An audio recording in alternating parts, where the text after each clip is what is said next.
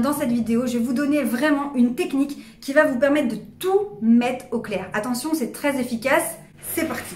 Lorsque vous vous présentez face à une personne, c'est très compliqué en fait de hiérarchiser, de choisir ce qu'on va raconter. Et parfois, malheureusement, on arrive à un point où la personne, elle sait plus vraiment ce qu'elle devait comprendre ou retenir de vous. C'est un peu flou. Donc pour ça, prenez l'exemple de quand on apprend une nouvelle leçon. La meilleure façon de savoir si on a compris cette nouvelle leçon, c'est d'essayer de la réexpliquer à quelqu'un d'autre. Si on n'est pas en mesure d'expliquer à quelqu'un d'autre ce qu'on a appris, c'est qu'on n'a pas tout compris. C'est qu'on ne maîtrise pas assez, l'information n'était pas assez claire, on n'a pas assez mémorisé. Bref, si on n'arrive pas à en parler à quelqu'un d'autre, qu'on cherche les mots, c'est que c'est pas clair. Et bien là, c'est la même chose. Pour votre présentation, imaginez que la personne en face de vous, elle parle de vous à quelqu'un d'autre. Que ce soit une candidature pour un recrutement, enfin peu importe. Qu'est-ce que vous aimeriez que cette personne dise? Quels sont les mots que vous aimeriez que la personne utilise à votre sujet?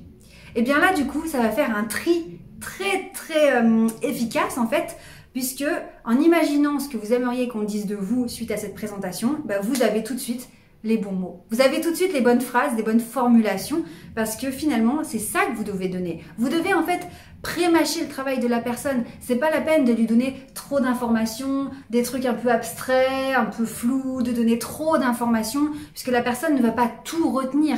Et puis, la personne ne va pas se refaire toute votre présentation de 30 minutes à chaque fois qu'elle pense à vous. Elle va se rappeler de 1, 2, 3 éléments maximum. Donc, quels sont ces 3 éléments que vous voulez que la personne retienne et qu'elle soit en mesure de transférer à quelqu'un d'autre? Et là, tout de suite, boum, ça met tout de suite les choses au clair parce que ça vous permet de hiérarchiser les informations, de prioriser et de savoir ce que vous devez raconter en priorité.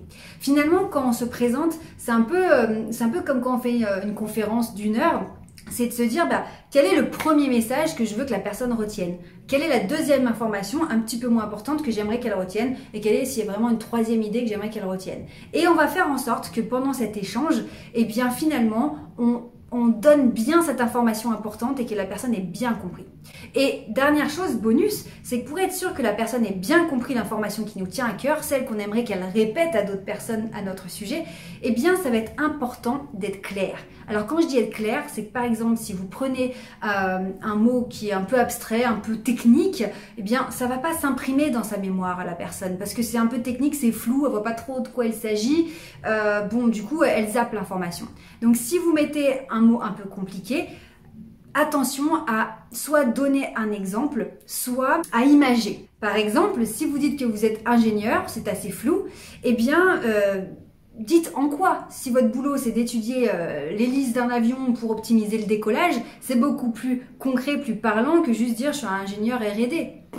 Voilà, ça va. Si la personne n'est pas dans le même domaine d'activité que vous, elle ne sait pas de quoi vous parlez, ça va pas retenir ça en fait. Donc, choisissez les mots, les informations que vous voulez que la personne retienne, pré-mâchez le travail, voilà, faites en sorte de passer l'information que vous voulez qu'elle retienne et faites en sorte que cette information soit très claire, compréhensible et mémorisable, donc à l'aide d'exemples et d'images. Plus vous allez obliger la personne à créer des images par rapport à ce que vous racontez, plus ça va rentrer dans sa mémoire. Mais bon, tout ça, on en reparlera dans d'autres vidéos parce qu'il y a plein de choses à dire là-dessus. Mais en tout cas, si vous avez besoin de vous présenter, que vous ne savez pas par où commencer, posez-vous cette question. Qu'est-ce que je veux que la personne retienne de moi? Qu'est-ce que je veux qu'elle dise? Quels sont les mots que je veux qu'elle emploie quand elle parlera de moi à quelqu'un d'autre? Voilà, je vous retrouve très prochainement pour d'autres vidéos. On a plein de choses à se raconter, alors je vous invite vraiment à vous abonner à la chaîne si ça vous intéresse.